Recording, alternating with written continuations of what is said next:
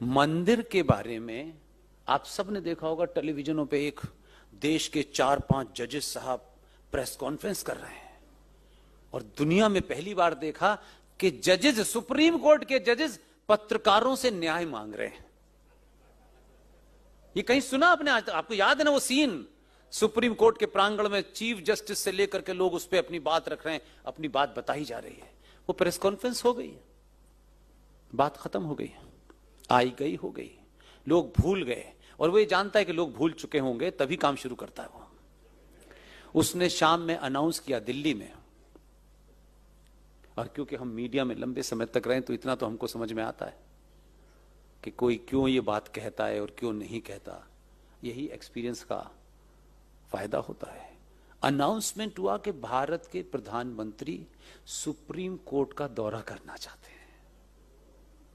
अब ये अनाउंसमेंट हुआ तो सैनिटाइज कर दी गई, एसपीजी लग गई, सब झाड़ी वाड़ी, यहां तो कबूतर सब ढूंढा जा रहा है कि कोई कबूतर ना आ जाए, कोई बिल्ली ना आ जाए। अब आप ये तो मानेंगे कि जिस इंस्टीट्यूशन को वो देखने जा रहा है उस इंस्टीट्यूशन का टॉप वही घुमाएगा, कोई क्लर्क तो घुमाएगा नहीं, घुमाएगा। और ये भी समझ में नहीं आया कि जब 15 साल गुजरात में था तब तो अदालतों के इतने चक्कर काटे, फिर क्या अदालत में देखना क्या चाहता है?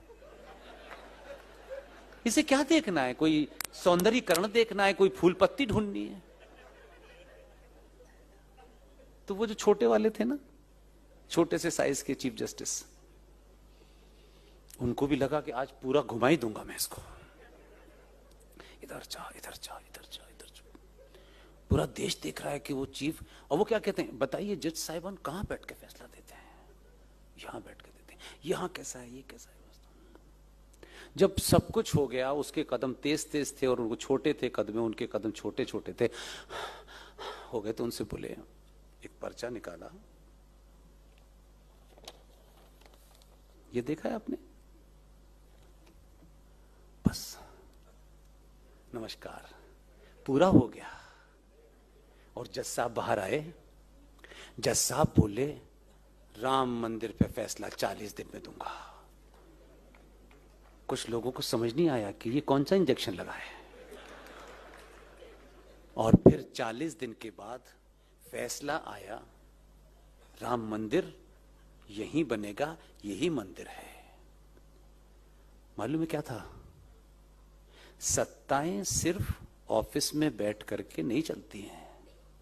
हमारे पूर्वजों ने सत्ताएं सिर्फ बैठ के नहीं चलाई हैं। जमीन की हकीकत, जो कागज दिखाया था ना, वो कागज उनके दामाद का था। उनके दामाद कहीं किसी राज्य सरकार में जज हैं जो करप्शन में फंसे हुए थे। और देखिए, इसमें ईमानदार है वो। नहीं, उसकी ईमानदारी बता रहा हूं, आप पहले से हंस रहे हो। वो ईमानदारी देखिए उसकी कितनी है। जैसे ही उन्होंने फैसला दे दिया, हम आप भारत माता की जय, हम सब खुशी खुशी घूम रहे थे, लेकिन पीछे का जो होमवर्क है वो नहीं पता किसी को। उसने फैसला देने के बाद निगाह गड़ा के रखी कि ये रिटायर किस दिन होने वाले हैं। वो जिस दिन रिटायर होके तेजी तेजी से बाहर आए और घर पे पहुंचे, वो ये जानता है मनुष्य मनुष्य है, उसमें लालच भी है, उसमें सब कुछ भी है, उसमें द्वेष भी है, उसमें बदला भी है।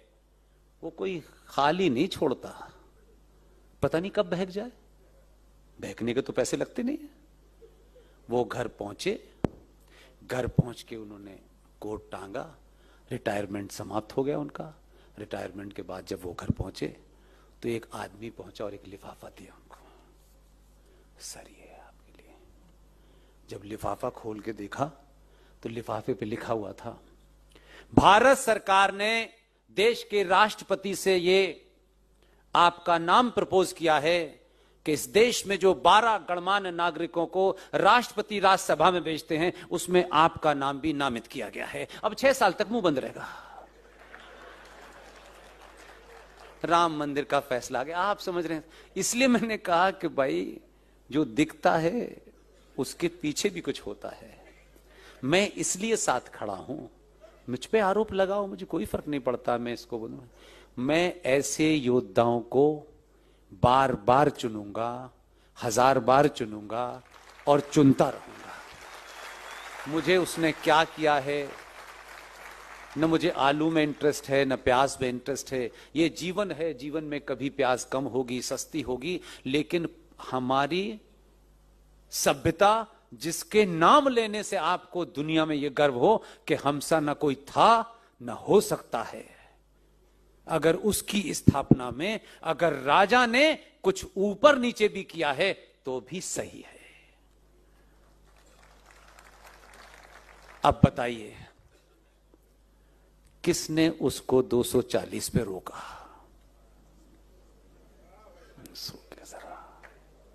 आपको सब कुछ चाहिए, लेकिन 5 साल में बिना पैसे के, कोई इन्वेस्टमेंट के, 5 साल में आप 1 मिनट 30 सेकंड के लिए सनातनी नहीं हुए। यह शर्म की बात है। उस 30 सेकंड में आपको जाति, मेरा, तेरा, इसको नीचे दिखाना है, उसको नीचे दिखाना है, आपने उसे 240 पर रोक दिया है। किससे बदला ले रहे हो? किसको स्थापित करना चाहते हो? किसको मैसेज दे रहे हो? अपने छोटे माना कि महंगाई होगी, माना कि बहुत सारे काम नहीं होंगे, लेकिन जो काम इस वक्त हो सकते हैं वो बाद में नहीं होंगे। 1 मिनट की, 10 सेकंड की गलती में उस वक्त ही आपको दुनिया के सारे फैसले करने थे। सबक सिखाना है, फलाना है, ढिमाका है। मैं फिर कह रहा हूं, शांति बनाए रखिए। 272 जिस दिन हो जाएंगे उस दिन वक्फ बोर्ड 24 घंटे में हट जाएगा। मुझे इसलिए आपने अगर गलती कर ली है और प्रायश्चित है तो दोबारा गलती मत कीजिएगा। एक छोटी सी गलती हजारों साल तक कितना बड़ा नुकसान करती है, ये हमने हमेशा देखा कि जब जब डिसाइसिव बात हमको करनी थी उसी वक्त हमने इतने सारे सवाल खड़े कर दिए। अगर इतिहास में चचा फूल वाले को प्रधानमंत्री बना दिया गया, जिसको उस अपनी पार्टी के लोगों ने अध्यक्ष नहीं बनाया, वो इस देश का पहला प्रधानमंत्री हो गया। और ये गलत नैरेटिव सेट कर दिया, झूठ बोला कि 15 अगस्त 1947 को जवाहरलाल नेहरू ने शपथ ली थी। जवाहरलाल नेहरू ने पहली शपथ 47 में नहीं ली थी, 2 सितंबर 46 में ली थी। लॉर्ड वॉविल ने उन्हें शपथ दिलाई थी। यह सच्चाई नहीं जानना चाहते आप? उस वक्त भी ऐसे महान लोग थे। वो ठीक है, कांग्रेस पार्टी में होंगे, लेकिन कांग्रेस पार्टी आज की पार्टी नहीं थी, वो वाली पार्टी थी। उसमें कैसे महान लोग थे ये इसको पता नहीं लगाया आपने। मैं इसलिए आपको बताता हूं कि बार बार शत्रु को सिर्फ इस वजह से मत देखिए कि वो इधर खड़ा हुआ है। हो सकता है कि वो इधर खड़े होने के बाद भी कुछ बड़ा कर सकता हो।